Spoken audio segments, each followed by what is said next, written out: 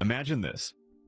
One morning, you wake up and discover that a system built by your ancestors, without telescopes, satellites, or any labs, tracked the sun with a precision that modern science would take centuries to achieve. Not close. Not approximately. Achieved. This is not a metaphor.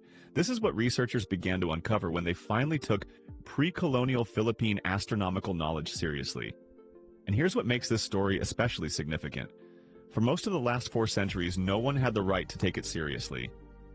The knowledge was there, the evidence was there, but the window to see it clearly was painted over, layer by layer, starting the moment foreign ships arrived on Philippine shores. Let's go back. Very far back. Before the Spaniards, before the Portuguese, before any Europeans ever heard the word Philippines. The islands were not a blank canvas. They were a living, breathing civilization, actually dozens of interconnected cultures with their own writing systems, trade networks, and cosmologies, and their own way of reading the sky. But there's one key point. The people of ancient Philippines didn't separate astronomy from everyday life. The sky wasn't a mystery to be revered. The sky was a calendar, a farming guide, a navigation map, and a spiritual compass, all at once. Generations of observations fed into this map, not a single genius sitting under a tree. Hundreds of years of farmers, fishermen, priests, and navigators comparing notes through the seasons. By the way, the outcome was remarkable. Ancient Philippine communities tracked what scientists now call stellar and solar cycles using a lunisolar system, one that combined the phases of the moon with the sun's position. Oral traditions, woven textiles, ritual objects, and fragments of pre-colonial manuscripts all point to the same conclusion. These people knew when the solstices occurred. They knew when the sun reached its highest and lowest arcs. They built their planting calendars around this. They structured their entire year around it. And here's a detail that should stop you. Some of these predictions, embedded in planting traditions that still exist in remote Cordillera communities, match solar position data confirmed by modern heliocentric models, with a margin of error less than that of early European astronomers. Communities in the highlands of Ifugao, for example, maintained rice planting schedules linked to specific constellations and solar angles for generations. Ethnobotanists and cultural astronomers studying these traditions in the late 20th century found the timing to be astounding. Not symbolically, operationally precise. This isn't coincidence. This is data. But here's the part no one talks about in school. The transmission of this knowledge barely survived. And the reason it almost didn't survive is a story of deliberate erasure. When Spanish colonizers arrived in the 16th century, one of the first systematic campaigns they launched was to suppress indigenous writing. The Baybayin script, one of several pre-colonial writing systems, was actively suppressed. Missionaries burned or confiscated documents they deemed pagan. Oral traditions were condemned, then punished and replaced with European liturgical calendars. The colonizers brought not just a new religion, they brought a new sky. Importantly, the Spaniards introduced the Gregorian calendar. They renamed the seasons in terms of Catholic holidays. Agricultural time, which had previously been determined by indigenous astronomical observations, was now dictated by the feast days of saints and church planting schedules designed for a different hemisphere, a different climate, a completely different relationship with the sun. Entire communities were forced to forget what their grandparents spent lifetimes perfecting. Stop for a moment. Think about this. Imagine you have a system your great-grandmother built over 4 generations. A system that tells you precisely when to plant, when the monsoon arrives, when the dry season begins, and then someone comes along, says that this system is evil, and replaces it with a printed pamphlet from 6,000 miles away. That's what happened. And yet, knowledge did not disappear. Here's where the story turns. Because knowledge that lives in hands, in bodies, in the rhythm of seasonal work, such knowledge is nearly impossible to completely erase. You can burn a manuscript, you can silence a priest, you can rename a ritual, But you can't stop a farmer from noticing when the Pleiades rise on the horizon and knowing in their bones that it's time. The Pleiades, known in many Philippine traditions as Moroporo, or by various regional names in Visayan, Ilocano, and Tagalog communities. This star cluster was one of the key markers in pre-colonial Philippine agricultural calendars. Its heliacal rising, the moment it first becomes visible before dawn, signaled the start of the planting season in several regions of the archipelago. By the way, this is no small feat. Calculating the heliacal rising requires tracking the sun's position relative to the horizon over an entire year. Doing this accurately without tools requires systematic multi-year observations. It demands a tradition of recording and passing down these observations.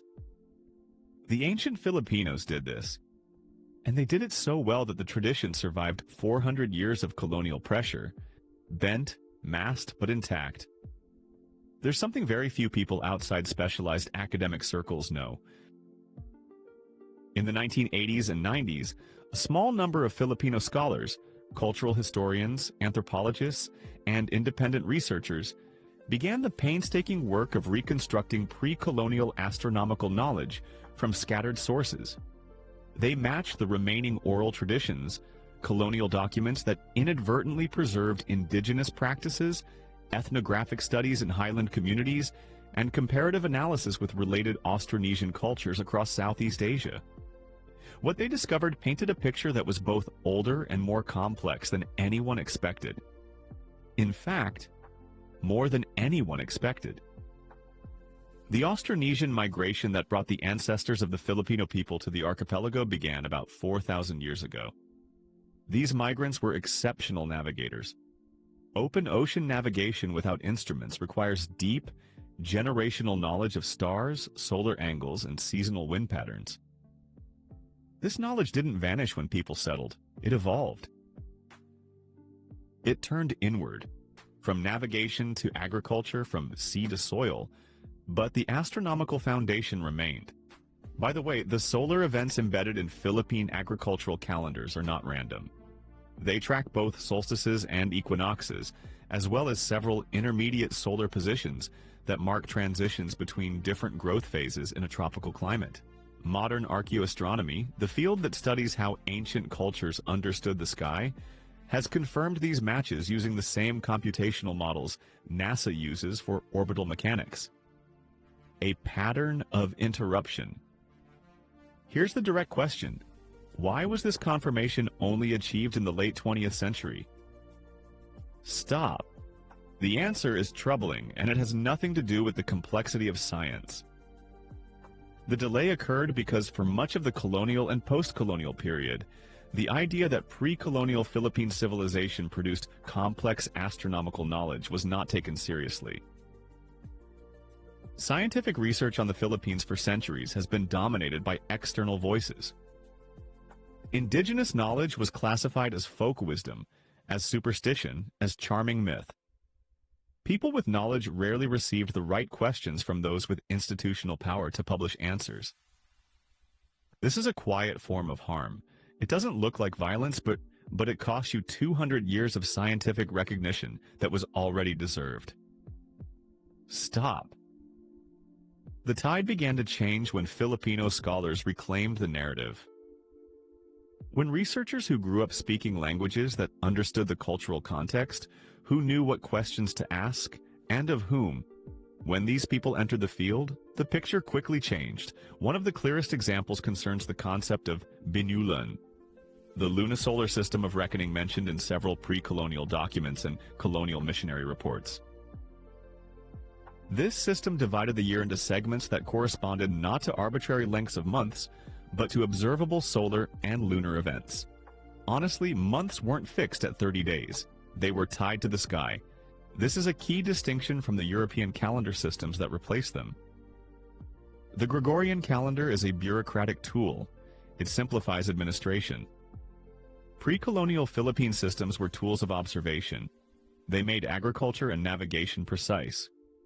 One is built for accounting, the other is built for survival. When modern agricultural scientists studied rice growth patterns in traditional Ifugao communities, Communities that resisted complete colonial integration longer than lowland areas, they found something astonishing. The timing of planting, driven by a combination of star observations and local solar markers, produced yields that matched and sometimes exceeded those of externally planned agricultural programs. The system worked. It always worked. The proof was in the harvest. And now, in the 21st century, something new is happening. Philippine cultural astronomers and heritage researchers are striving for formal recognition of pre-colonial astronomical knowledge, not just as a cultural artifact, but as a legitimate scientific tradition. Institutions like the National Historical Commission of the Philippines have begun to integrate frameworks of indigenous knowledge into broader historical narratives. University programs are producing a new generation of scholars who refuse to see pre-colonial Philippine civilization as a footnote. Now pay attention. The movement is slow, it's underfunded, it's battling centuries of institutional inertia. But it's real. Here's what it all comes down to. 2,000 years ago, before the colonial period, before the introduction of European science, before GPS or orbital telescopes or any tools we associate with precision, Filipino ancestors created a system for reading the sun that worked. The fact that they built it through patient generational observation is no surprise. The fact that it remained accurate enough to be confirmed by modern computational astronomy is no mystery. It's a logical outcome of what happens when a civilization carefully and attentively studies the world around them over a very long time. Wait a second. The surprise is that we are only now fully allowing ourselves to say this. Remember the question we started with. Imagine waking up and discovering that what your ancestors built, without any tools we consider necessary, track the sun with a precision that modern science would take centuries to achieve. Hold on to that feeling you experienced when you first heard this. Because that feeling is not nostalgia. It's not nationalism. It's something older and more honest than any of those things. It's recognition. The sky your ancestors studied is the same sky above you now. The knowledge they earned through generations of observation survived the colonial fire, survived the deliberate erasure, survived centuries of being dismissed as mere superstition. It survived because it was true. And truth ultimately is very hard to keep buried. But there's one more thing. The stars they watched are still there. And as it turns out, the knowledge is too.